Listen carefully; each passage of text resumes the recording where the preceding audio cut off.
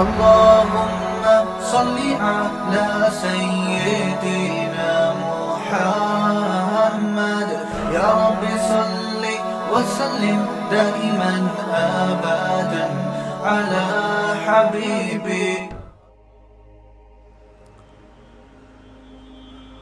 اللہ تعالیٰ نے فرمایا کہ اگر موت کے بعد زندگی نہیں ہے، حساب و کتاب نہیں ہے، اس کا مطلب اچھے اور برے کیا ہیں؟ ایک جیسے ہیں. بلکہ بعض دفعہ تو برے زیادہ اچھے ہو جاتے ہیں، اچھے ان کو بری زندگی ملتی ہے. بعض دفعہ تو الٹا ہو جاتا ہے. جو جرم کرنے والا ہے وہ گھومتا رہتا ہے مزے سے، اور جو مجرم ہے وہ چھوٹ جاتا ہے. دنیا میں ہر جگہ ہوتا ہے یہ. تو اللہ نے فرمایا کہ ما لکم کیف تحکمون، تمہیں کیا ہو گیا، تم کیسے فیصلے کرتے ہو؟ تو جتنے لوگ بھی کہتے ہیں نا آخرت نہیں ہے، آخرت نہیں ہے، خدا کا انکار کر دیتے ہیں یا اسلام کا انکار کر دیتے ہیں، کیونکہ آخرت کا عقیدہ تو اسلام نے ہی بیان کیا ہے. یہود و نصارہ بھی بتاتے ہیں، اتنی تفصیل سے نہیں بتاتے وہ، اور وہ بھی صرف بتانے کی حد تک ہی رہ گئی. ان کے ہاں اس پر عمل تو تقریباً ختم ہو گیا ہے. باقیوں کے ہاں اگر آخرت کا فلسفہ ہے تو وہ اتنا عجیب و غریب سا ہے کہ وہ ویسے ہی سمجھ میں نہیں آتا. روح بھٹکتی ہے، کچھ کہتے ہیں اچھی روح ہوگی تو وہ یوں جلیبیاں کھائے گی، جو نہیں ہوگی تو روح بھٹکتی رہے گی. روح وہ کہیں نہیں بھٹکتی. جمعرات کو روحیں آتی ہیں کہتے ہیں نا لوگ. تو اللہ نے فرمایا ما لکم کیف تحکمون، تمہیں کیا ہو گیا، تم کیسے فیصلے کرتے ہو؟ ام لکم کتاب فیہ تدرسون، کیا تمہارے پاس کوئی کتاب ہے جس میں تم نے یہ باتیں پڑھ لی ہیں؟ کیا باتیں؟ ان لکم فیہ لما تخیرون. کچھ لوگ ایسے تھے جو یہ کہتے تھے آخرت سرے سے ہے ہی نہیں. ایسے لوگ بھی ہول سیل کے حساب سے اس دور میں موجود تھے. کچھ ایسے بھی تھے جو کہتے تھے آخرت ہوگی، ہم مانتے ہیں، لیکن وہ ہمیں ملے گی، اس میں ہم جائیں گے جنت میں، ہمیں اچھا بدلہ ملے گا وہاں پہ. اور دلیل یہ کہ اگر اللہ ہم سے ناراض ہوتا تو اللہ نے دنیا میں ہمیں اتنا اچھا کیوں رکھا ہوا ہے پھر؟ سمجھ رہے ہیں کہ نہیں سمجھ رہے؟ بھائی دنیا میں اللہ نے ہمیں اولاد دی، بیٹے دیے، اور مال دولت دی، قبیلوں کے سردار بنایا ہم کو، آپ زبردست ٹھاٹ بھاٹ والی ہماری زندگی ہے. اس کا مطلب اللہ ہم سے، اس کائنات کو بنانے والا ہم پہ بڑا مہربان ہے. تو لہذا آخرت میں بھی ہٹو بچوں معاملہ ہوگا. جیسے دنیا میں ہماری زندگی کیسی ہے، ہٹو بچوں، تو آخرت میں بھی کیا ہوگا، ہٹو بچوں. کوئی ٹینشن نہیں ہوگی، یہاں بھی وہاں بھی. تو یہاں کے مزے اس بات کی دلیل بناتے تھے کہ یہ مزے اس بات کی دلیل ہے کہ یہ وہاں بھی ہوں گے. سمجھ رہے ہیں کہ نہیں سمجھ رہے؟ جیسے کہ آج بالکل لبرلز جو ہے نا، نام نہاد لبرلز، ان کی یہی سوچ ہے کہ اگر آخرت ہے، یعنی اللہ اگر خوش ہے تو انگریزوں سے خوش ہے، مسلمانوں سے خوش نہیں ہے، کیونکہ نوازا تو انہی کو جا رہا ہے، ہم تو پٹ رہے ہیں. کیا خیال ہے بھائی؟ ہمارے حکمرانوں کو دیکھ لو، ہمارے ہاں کرپشن دیکھ لو، ہمارے ہاں تنزل دیکھ لو، کراچی کو دیکھ لو. میں کہتا ہوں اور کچھ دیکھنے کی ضرورت نہیں، کھڈے دیکھ لو.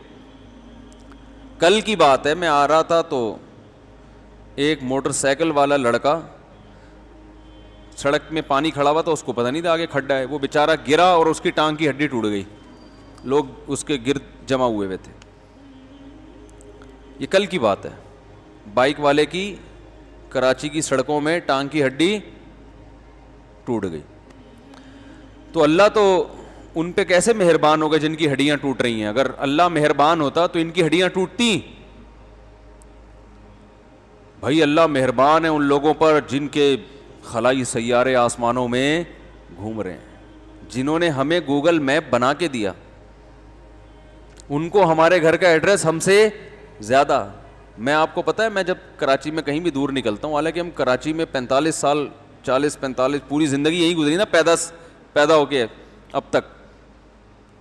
کراچی میں کسی بھی کونے میں جاؤں تو میں اپنے گھر پتہ ہے کیسے آتا ہوں, گوگل میپ پہ مفتی طارق مسعود لکھتا ہوں. صحیح بتا رہا ہوں, حقیقت ہے. میں لکھتا ہوں کہ بھائی خود ہی لے جائے گا, اب کون سڑکیں ناپتا پھر ادھر مڑنا ادھر. ہوں میں یاد بھی نہیں رہتا. کراچی ہے بھی اتنا بڑا, کسی نے پورا دیکھا ہی نہیں اب تک. جو یہاں 80 سال سے لے رہے ہیں انہوں نے نہیں دیکھا, آدھا نہیں دیکھ سکے اب تک. تو اس کا مطلب میں اپنے گھر کا پتہ کس سے پوچھتا ہوں؟ یہودیوں سے. ان کو زیادہ پتہ ہے, وہ میپ پہ فوراً بتا دیں گے ٹرن لیفٹ, ٹھیک ہے نا, دائیں مڑو, یہاں سے نکلو, یوں نکلو, اور بالکل ایکوریٹ ٹائم بتائیں گے کہ آپ اتنے بج کے اتنے منٹ پہ اپنے گھر کی لوکیشن پہ. تبھی جو لوگ مجھ سے ایڈریس پوچھ رہے ہوتے ہیں نا, آپ سے ملنے آنا ہے, تو بھائی گوگل میپ پہ لکھو مفتی طارق مسعود, آپ کو انشاءاللہ پہنچا دے گا وہ.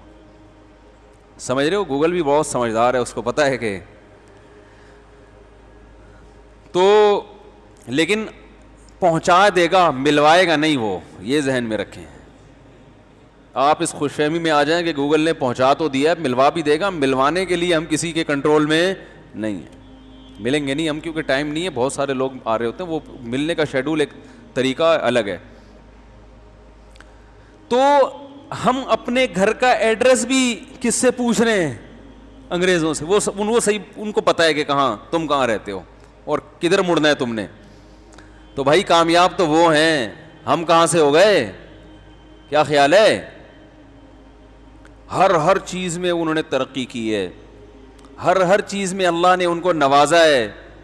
تو ہم بھی اس غلط فہمی کا شکار ہو جاتے ہیں کہ جب ہر چیز میں اللہ نے ان کو نوازا ہے تو آخرت میں بھی کون آگے ہوگا؟ وہ آگے ہوں گے. یہ وہی سوچ ہے جو سورہ قلم کی ان آیتوں میں ہے. سمجھ رہے ہو کہ نہیں سمجھ رہے؟ تو اللہ نے فرمایا کہ کیا تمہارے پاس کوئی کتاب ہے جس میں یہ لکھا ہوا ہے ان لکم فیہ لما تخیرون, کہ جو تم چاہتے ہو آخرت میں بھی تمہیں وہی ملے گا؟ ہے بھائی, جیسے دنیا میں مل رہا ہے تو آخرت میں بھی ساری چیزیں تمہیں مل جائیں گی. سلہم ایہم بذالک زعیم, اے نبی ان سے پوچھیں کس کس کا یہ دعویٰ ہے, آئے سامنے, ہم اس دعوے کا جواب دیتے ہیں. تو یہاں تو قرآن نے اجمالی بات کی ہے, دوسرے مقام پہ قرآن نے ڈیٹیل بیان کی ہے, تفصیل بیان کی ہے. ام یحسبون انما نمدہم من مال وبنین نسارع لہم فی الخیرات بل لا یشعرون. فرمائے یہ دنیاوی ترقی کے بارے میں یہ سمجھتے ہیں کہ ہم نے ان کے ساتھ خیر کے فیصلے کر لیے ہیں. ایسا نہیں ہے, ان کو شعور نہیں ہے. آج کتنے لوگ مجھ سے رابطہ کرتے ہیں, یار کوئی کام میں ہاتھ ڈالو کام ہی نہیں ہو رہا, غربت, مہنگائی, بزنس ہی نہیں چل رہا. میں تو فون سنتا نہیں نا, اب کبھی کبھار فون سنتا ہوں. آج میں نے 4 فون سنے, ٹوٹل کتنے سنے؟ 4. ڈرائیو کر رہا تھا گاڑی, فون آیا, میں نے کہا چلو سن لو بیچارہ کیا کہہ رہے ہیں. کوئی ایک صاحب نے کہا, فون آیا, صاحب نے کہا حضرت کوئی بھی کام کرتا ہوں ہوتا ہی نہیں ہے, کاروبار کے لیے دکان کھولی نہیں چلی, کچھ اور بزنس شروع کیا نہیں چلا, یہ کام کیا نہیں چلا, بندش لگتی ہے. میں نے کہا بندش کچھ بھی نہیں ہے. میں نے کہا ایک بزنس کر لو بہترین ہے. میرا بیچارہ خوش ہو گیا. آج ہی کی بات ہے, میں نے کہا جس نے آپ کو کہا نا کہ بندش ہے اس کا بزنس دبا کے چل رہا ہے, تو آپ سارے بزنس بند کر کے لوگوں کو یہ بتانا شروع کر دو کہ تم پر بندش ہے. نہیں آ رہی بات؟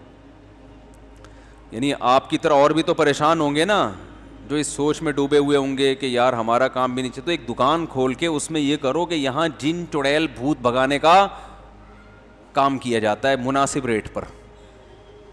سمجھ رہے ہو کہ نہیں سمجھ رہے؟ جتنا تگڑا جن ہوگا ریٹ اس کے اسی حساب سے, جتنی پاورفل بندش ہوگی تو اس کو کھلوانے کے لیے اس کے ریٹ اسی حساب سے. تو میں نے کہا یہ والا بزنس چلے گا آپ کا.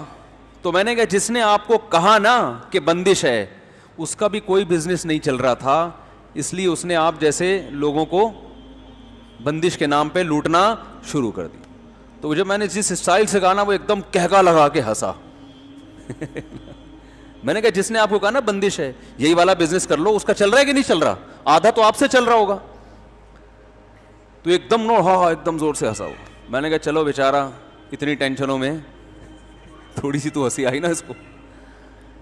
میں نے کہا بندے فندش نہیں ہے بھائی, کچھ کام کرو کام. میں نے کہا ایک تو اپنا عیب تلاش کرو, یا تو ایسی پروڈکٹ بیچ رہے ہوگے جس کی پبلک کو ضرورت ہوگی نہیں, یا ایسی پروڈکٹ بیچ رہے ہوگے جو ضرورت تو ہے لیکن 100 آدمی پہلے سے وہ بیچ رہے ہیں, یا آپ نے دکان کہیں گلی کے نکڑ میں اندر کہیں, نکڑ میں تو نہیں اندر کہیں جا کے کھولی ہوگی, سامنے گندا نالا ہوگا, دوسرے والے کی دکان فرنٹ پہ ہوگی. یا یہ سارے کام ہوں گے کسٹمر سے تمیز سے بات نہیں کر رہے ہوگے, اس کو دلچسپی نہیں دے رہے ہوگے, یا یہ بھی کر رہے ہوگے دکان کا جو لک ہے وہ اچھا نہیں ہوگا. پنجاب میں ایک حکیم تھے, بڑے ہی خاندانی حکیم, اللہ نے بڑی ان کو صلاحیت دی. میں 20 سال پہلے ان سے ملا, جیسے تھے نا 20 سال کے بعد بھی ویسے کے ویسے, جو چورن جہاں رکھا ہوا تھا وہیں کا وہیں رکھا ہوا ہے. حالانکہ ماہر بہت ہیں, نام نہیں بتاؤں گا کیونکہ میں کسی حکیموں کی دکانیں چلوانے کے لیے نہیں بیٹھا ہوا, لوگ پھر پوچھتے ہیں حضرت ہمیں اس حکیم کا نام بتا دیں. بہترین حکیم, مگر جو دکان 20 سال پہلے میں نے دیکھی تھی وہی 20 سال کے بعد بھی. تو میں نے ان کو, میں وہ ایک ایسی کھچڑی سی دکان نہیں ہوتی, کھچاڑا بالکل, جیسے انسان کا دل چاہے کہ حکیم صاحب کو کچھ صدقے کے پیسے دے دو, حقیقت ہے. اور میں نے بھی کچھ صدقہ کیا ان کے اوپر, صحیح ان کی حالت دیکھ کے. بڑے زبردست ماہر حکیم, بہت تجربہ, لیکن دکان کی حالت ایسی بنائی ہوئی کہ اس میں بالکل کوئی نہ بیٹھنے کے, پیشنٹ کے لیے کوئی کرسی ڈھنگ کی رکھی ہوئی ہے, آدمی پیشنٹ بیٹھتے ہوئے ڈرتا ہے کہ لڑک نہ جاؤں میں, خود بھی یہی حالت. پھر کوئی پیشنٹ آ کے بیٹھا ہے تو ایسے مل رہے ہیں جیسے اس سے پرانے بچھڑے ہوئے یار ہوتے ہیں. پیشنٹ کو لگتا ہے کہ ان کے پاس فالتو ٹائم بہت ہے. ان سب چیزوں کا مریضوں پہ اثر پڑتا ہے, اور مریضوں کو لگتا ہے یہ بیچارہ فارغ ترین آدمی ہے. تو مجھے خود کہہ رہے یار میرے ساتھ کہ اتنے کروڑ پتی بن گیا میں وہیں کبھی. میں نے کہا یہ تو ایسا دکان کا ایسی حالت ہے کہ چندہ دینے کا دل چاہتا ہے. تو یہ سب چیزیں اثر کرتی ہیں نا. تو دکان آپ نے ایسی بنائی ہوئی ہے, اس میں لوگ کہتے ہیں یار یہ پتہ نہیں کیا ہے. اور جو 2 نمبر حکیم ہم نے بہت سے دیکھے ہیں, جو 2 نمبر ہیں, آتا کچھ بھی نہیں ہے, دکان کا اسٹائل ایسا ہے اور اپنے بیٹھنے کا اسٹائل ایسے نور لگا کے نا کریموں کا, ایسے منہ پہ ایسے نہا دھو کے, اور ایئر کنڈیشن روم, اور ایسی میز کرسی اور کاؤنٹر پہ بندے بٹھائے ہوئے 5-6 ادھار لے کے نا کہ یار جب چل پڑے گی تو تم اپنے گھر چلے آنا, ٹھیک ہے نا. سے بٹھائے ہوئے ہیں, اور ایسے زبردست ہر دوا رکھی ہوئی ہے, اور وہ ایسا آدمی جاتے ہی ایک شہر میں مبتلا ہو جاتا ہے, یار یہ ہیں کیا ماشاءاللہ ان کا بزنس ہے. یقیناً یہ بہت, پھر نفس کو نہیں پکڑ کے یوں گھنٹہ, حالانکہ کخ بھی پتہ نہیں چل رہا ہوتا ان کو, ایسے یوں. جیسے میں نہیں بتایا تھا 2-2.5 ہفتے پہلے میرے پیٹ میں درد تھا, تو یہاں راستے میں ایک حکیم صاحب کے پاس میں چلا گیا, جا ہی رہا تھا, میں نے کہا راستے میں ہی پڑتے ہیں, تو ہم بیٹھ گئے ان کے پاس. اب انہوں نے میری نبض یوں کی نا, ابے نبض کو چھوڑو, میں بول رہا ہوں میرے پیٹ میں یہ گیس کا درد ہو رہا ہے, گیس اوپر کی طرف اٹھ رہی ہے, کوئی چورن چٹنی دے دو وقتی طور پر. میں کوئی مستقل تھوڑی آپ کا پیشنٹ ہوں, میں تو وقتی طور پہ چلو یار 7 اپ سے بہتر ہے کوئی چورن کھا لے آدمی.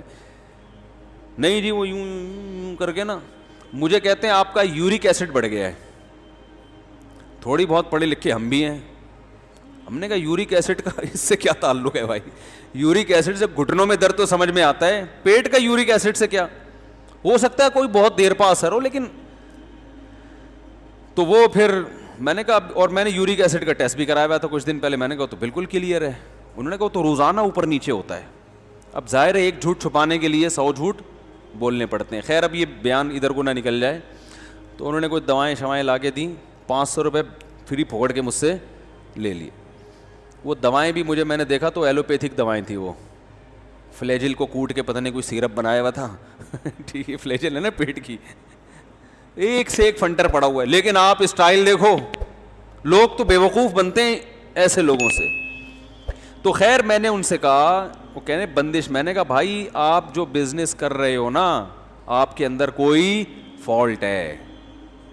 کسی پروفیشنل آدمی سے پوچھو بزنس کیسے اتنا نہیں کہ ٹوپیاں کرانا شروع کر دو لوگوں کو, تو یا محنت نہیں کر رہے ہوگے, جو محنت کرنے کا ٹائم ہے وہ وظیفوں میں لگا رہے ہوگے, صحیح ہے نا.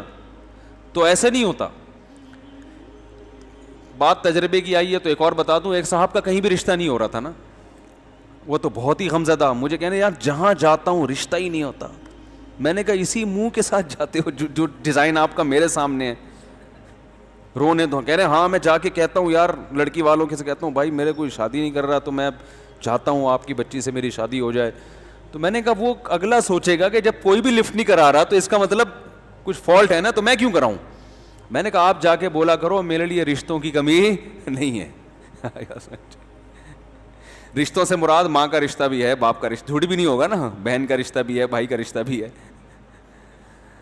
اور میں نے کہا ڈبو کے مت کھانا, جب وہ چائے آپ کے سامنے پیش کریں تو بسکٹ اس میں ڈبو کے مت کھانا, ٹھیک ہے نا.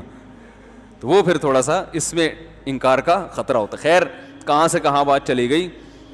تو بندش, چڑیل, جن, بھوت. ایک فون آیا وہ یہ, دوسرا فون آیا, میں وہ ڈرائیو کر رہا تھا تو بلوٹوتھ کے ذریعے سن سکتا ہے نا آدمی. میں نے کہا چلو سن لیتے ہیں, بہت دن ہو گئے. فون سے فائدہ یہ ہوتا ہے کہ یار لوگوں کا پتہ چل رہا ہوتا ہے کدھر کو جا رہے ہیں, تو اس لیے میں اس لیے بھی سن لیتا ہوں. پھر دوسرے صاحب بندے, وہ بھی حضرت کوئی بھی کام کر رہا ہوں ہو ہی نہیں رہا, کوئی بھی کام کر رہا ہوں ہو ہی نہیں رہا.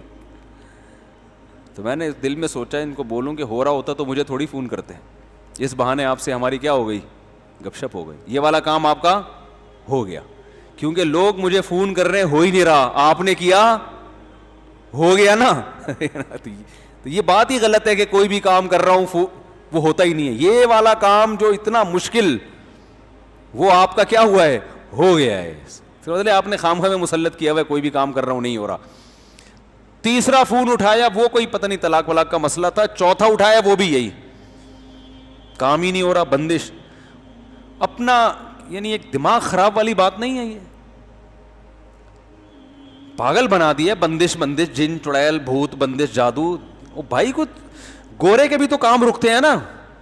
گورا کیا کرتا ہے, بیٹھ کے سوچتا ہے کہ یار یہ کام کیوں نہیں چل رہا, اس کی وجہ کیا ہے. ان کے ماہرین بیٹھتے ہیں, مشورہ لیتے ہیں, پھر اس غلطی کو دور کرنے کی کوشش کرتے ہیں, اس فالٹ کو دور کرتے ہیں. گورا اگر روحانی ٹوپی ڈراموں کے چکر میں پڑتا تو میرے بھائی چاند پہ قدم نہ رکھتا. وہ ہر شکست کے بعد, آپ کو پتا ہے ایک روایت میں آتا ہے صحابہ کرام کی نا رومیوں سے لڑائیاں ہو رہی تھی. رومی یہی انگریز, ان کو پہلے روم سے ہے نا یہ, تو یہ تو بہت پہلے سے عیسائی تھے. تو صحابہ کرام کی بڑی لڑائیاں ہو رہی تھی, جہاں بھی جاتے تھے فتح ہوتی تھی. لیکن جب گوروں سے لڑائیاں ہوئی ہیں نا تو کبھی شکست اور کبھی فتح, پھر پلڑا برابر چلنا شروع ہوا ہے. تو ایک صحابی نے کہا کہ میں نے رسول اللہ صلی اللہ علیہ وسلم کی حدیث سنی, انہوں نے فرمایا کہ تقوم الساعۃ والروم اکثر الناس, قیامت قائم ہوگی اس وقت بھی رومیوں کی تعداد دنیا میں سب سے زیادہ ہوگی, ان کو شکست کے ذریعے ختم نہیں کیا جا سکتا. تو جب یہ حدیث سنائی انہوں نے کسی تابعی کو, تو انہوں نے کہا کہ نبی نے اگر یہ فرمایا ہے کہ رومی بہت ہوں گے تو یقیناً ان کے اندر کوئی ایسی خاصیت ہوگی جس کی وجہ سے یہ قیامت تک باقی رہیں گے. آپ کو پتہ ہے مسلمانوں کی بہت سی ایسی قوموں سے جنگیں ہوئی ہیں کہ ان کا نام و نشان ختم, بڑی بڑی قومیں ہی ختم, کیونکہ پھر وہ نسل چلی نہیں ان کی آگے, غلام بن گئے اور پھر آہستہ آہستہ مینورٹی میں آتے آتے مارکیٹ سے شارٹ, یا دوسری قوموں میں کنورٹ ہو گئے, مذہب چینج ہو گیا ان کا. عراق عربی ملک تھوڑی تھا, عراق جو ہے نا عربی ملک تھوڑی تھا. آج کون سا ملک ہے عراق, عرب ہے نا. تو اس سے پتہ چلتا ہے یہاں کی اصل قوم کا تو پتہ ہی نہیں کہاں گئی وہ, یہ تو سب عرب بن گئے. مصر عربی ملک تھوڑی تھا, اب کیا ہے, عرب کنٹری ہے. الجزائر, مصر, سوڈان, یہ کوئی بھی ان میں سے عرب کنٹری نہیں تھا, یہ تو سارے عرب بن گئے جب اسلام آیا یہاں پہ. پوری قوم ہی ختم, مار مار کے کسی کو ختم نہیں کیا, یعنی ان کا کلچر ہی بالکل ختم ہو گیا. تو لیکن آپ صلی اللہ علیہ وسلم کی روایت انہوں نے پیش کی کہ رومی کیا ہے, سب سے زیادہ. تو وہ تابعی کہتے ہیں کہ میں نے تجسس کیا کہ اگر نبی نے ان کے بارے میں کہا, یہ اس روایت کی مجھے سند کی زیادہ اچھی تحقیق نہیں, میں نے بہت بڑے عالم سے سنی ہے یہ روایت, لیکن اس سے جو مضمون ثابت ہو رہا ہے نا وہ بہرحال درست ہے. تو وہ کہتے ہیں کہ میں نے ان کے اندر گھس کے تحقیق کی کہ ان کے اندر کون سی ایسی خوبی ہے جس کی وجہ سے ان کو ملیامیٹ کرنا ممکن نہیں ہے. یہ رہیں گے, کبھی ان کا پلڑا غالب تو کبھی ہمارا پلڑا غالب, ایسے شکست نہیں ہوگی جیسے دوسری قوموں کو ہوئی ہے. کون سی ایسی کوالٹی ہے ان میں؟ تو انہوں نے جب جاسوس بن کے گئے نا, سروے کیا, تو انہوں نے کہا کہ ان کے اندر خوبی یہ ہے کہ جس غلطی کی وجہ سے ان کو شکست ہو جائے, دوبارہ اس وقت تک جنگ نہیں کرتے جب تک اس غلطی کی تلافی نہ کر لیں. یعنی ایک غلطی کو دوسری مرتبہ, بولو نا بھائی, نہیں دہراتے. بات آ رہی ہے سمجھ میں؟ وہ دیکھتے ہی یہ فالٹ یہ کہاں سے پیدا ہوا ہے, یہ ہوا کیوں ہے, اس غلطی کو دوبارہ نہیں دہرائیں گے. اور اب میں آگے اس پہ اپنا تبصرہ کر رہا ہوں اس روایت پہ. مسلمان کے تنزل کا نتیجہ یہ ہے کہ ایک غلطی کروڑ, 100 کا لفظ ہلکا ہے, کروڑوں مرتبہ کرے گا, اس غلطی کی تلافی کی کوشش نہیں کرے گا. استخاروں میں نکالے گا اپنے ٹائم کو, وظیفوں میں نکالے گا, روحانی ٹوپی ڈراموں میں برباد کرے گا. ایسے ایسے لوگوں کے حالات سامنے آ رہے ہیں. او بھائی, تم سے ایک غلطی ہوئی ہے تو سیکھو تو صحیح کچھ اس سے کہ اب یہ نہیں کرنی. میں کورونا کے موضوع کو ختم کر چکا ہوں, لیکن ایک مثال کے لیے, جس گھر میں کورونا سے موت ہوئی ہے نا, وہ کمبخت بھی احتیاط نہیں کر رہے. مر گئے, ان کا باپ مر گیا, ماں مر گئی, بھائی مر گیا, بہن مر گئی, مگر کہہ رہے یہودی سازش ہے. یار تمہاری قسمت میں خدا کی قسم ترقی نہیں لکھی. تم یہ فضول باتیں کرتے کرتے ہی دنیا سے مر جاؤ گے. تم لوگوں کے جنازوں سے عبرت حاصل نہیں کر رہے, تمہیں ابھی بھی بتانا پڑ رہا ہے کہ یہ ایک حقیقت ہے. بھائی کتنا ٹائم ویسٹ ہوتا ہے نا ایک چیز سمجھانے میں. باقی دنیا کو دیکھو, حکومت ایک اعلان کرتی ہے, ڈاکٹر اعلان کرتے, پوری قوم ایک جگہ جمع ہوتی ہے کہ نہیں ہوتی؟ ہر ملک میں ہو رہا ہے, پوری قوم ایک جگہ. جہاں مسلمان ہے نا, وہاں 6 قسم کے مسلک سامنے آئیں گے. پہلا مسلک یہ کہ ہے ہی نہیں, یہ سرے سے کوئی مرض ہی نہیں ہے, سب بنایا ہوا ہے, ڈرامے بازی. او بھائی تو کیا محقق ہے کہ WHO میں بیٹھتا ہے تو کیا جا کے؟ ابے WHO تو ویسے ہی یہودیوں کی تنظیم ہے. ابے WHO نے تو ویسے ہی قسم اٹھائی ہوئی ہے بیڑا غرق کرنے کی مسلمانوں کا. تو یار یہ مسلمانوں کی نہیں تو ساری دنیا کا بیڑا غرق ہو رہا ہے. ایک مولانا صاحب سے میری بحث ہوئی, وہ کہہ رہے ہیں یہ سارے ڈاکٹر WHO ان کو الو بنایا ہوا ہے. میں نے کہا میڈیکل سائنس ڈاکٹر کی فیلڈ ہے, ان کو سب کو الو بنا لیا, اور مولانا کی فیلڈ میڈیکل سائنس بالکل بھی نہیں ہے, اس کو سب پتا ہے میڈیکل سائنس کے بارے میں. یار یہ کھوپڑی, یعنی پاگل ہو جاتا ہے آدمی ایسے لوگوں سے بحث کر کر کے نا. مجھے تو غصہ آنے لگتا ہے. یہ دیندار لوگ باتیں کر رہے ہیں. میں ایک محفل میں تھا, ایک داڑھی والے بھائی, اور یہ نہیں کہ سارے ہیں, تو اللہ کا شکر ہے جو سنجیدہ علماء ہیں, جو بڑے حضرات ہیں, وہ سمجھدار ہیں, وہ جانتے ہیں کہ کیا کہنا ہے کیا نہیں کہنا. لیکن ایک دین پہ آنے کے بعد ایک مزاج ایسا بن جاتا ہے کہ گراؤنڈ ریئلٹی کے خلاف جتنا بولو گے اتنا مشہور ہو گے آپ.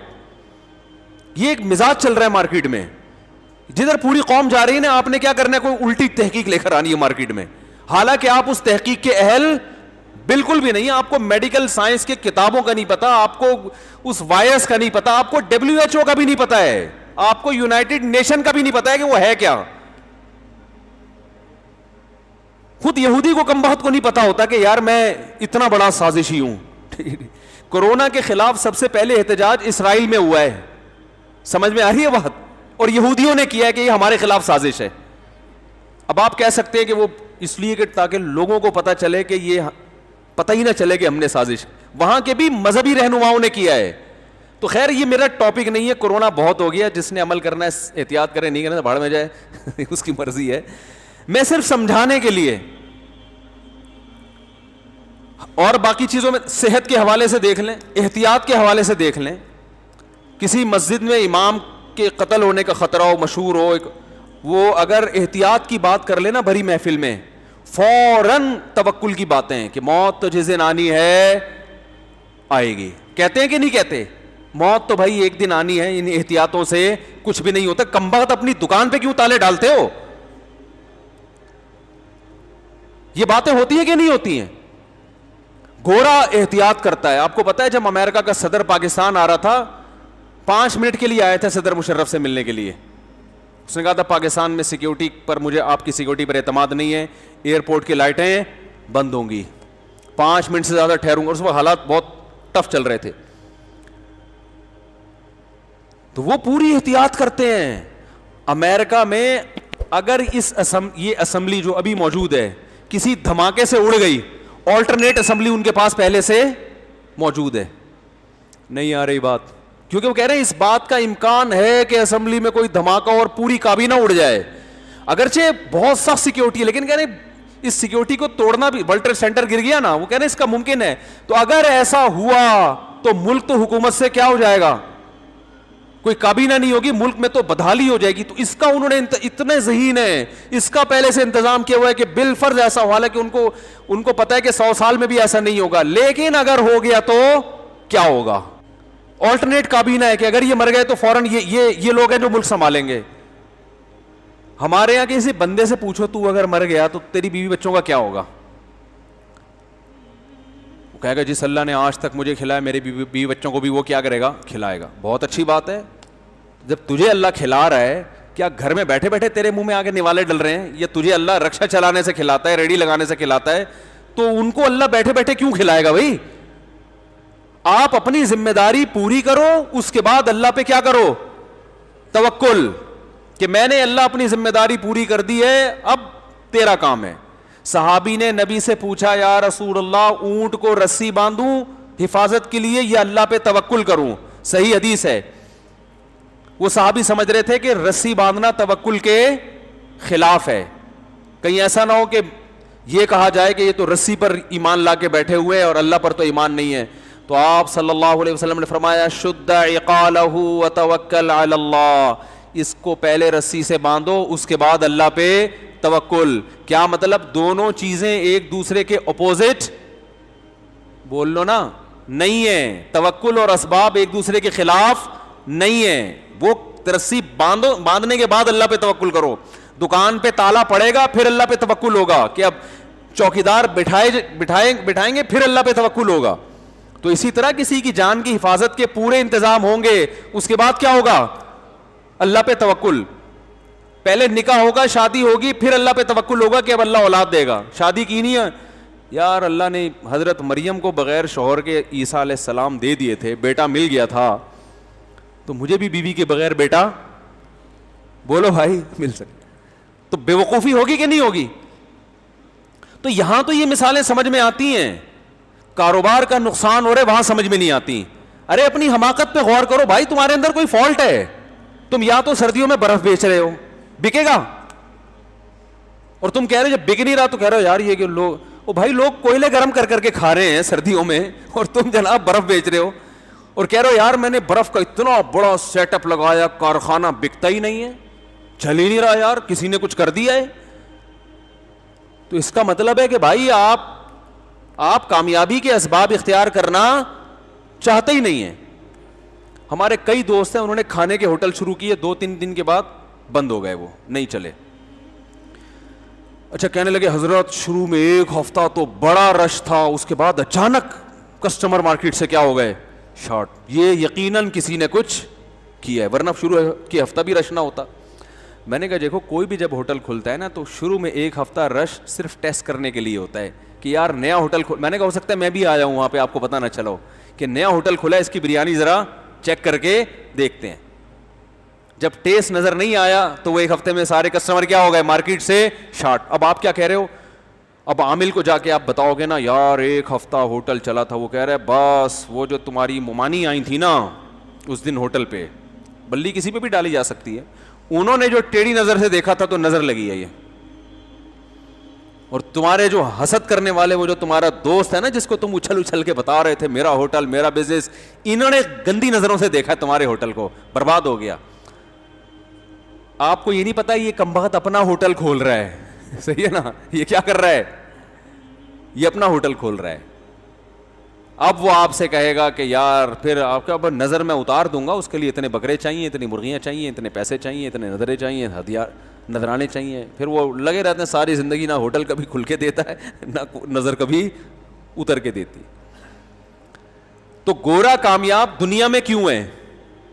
آخرت کی اس نے محنت نہیں کی اس لیے آخرت میں کامیاب نہیں ہے. دنیا کی محنت کی, کامیاب کر دیا. تو اس محنت میں بڑی چیز کیا ہے کہ بھائی جو جہاں فالٹ ہے نا اس کی کیا کرو, تلافی. اسباب کو دیکھنا پڑے گا, پھر نظر کس پہ رکھنی ہے؟ اللہ پہ, کہ بھائی اسباب سے ہوگا کچھ نہیں جب تک اللہ کی مرضی نہیں ہوگی. ابراہیم علیہ السلام کو آگ میں پھینکا گیا, اللہ نے نہیں جلنے دیا, اور اللہ جلانا چاہے تو باغ میں بھی جلا دے. مفتی طارق مسعود صاحب کے بیانات سننے کے لیے youtube.com/مفتی طارق مسعود کو سبسکرائب کریں, اور اگر آپ لائیو ویڈیو کو کبھی بھی مس نہیں کرنا چاہتے ہیں تو سبسکرائب کرنے کے بعد بیل آئیکن پہ کلک کرنا مت بھولیں. جزاک اللہ.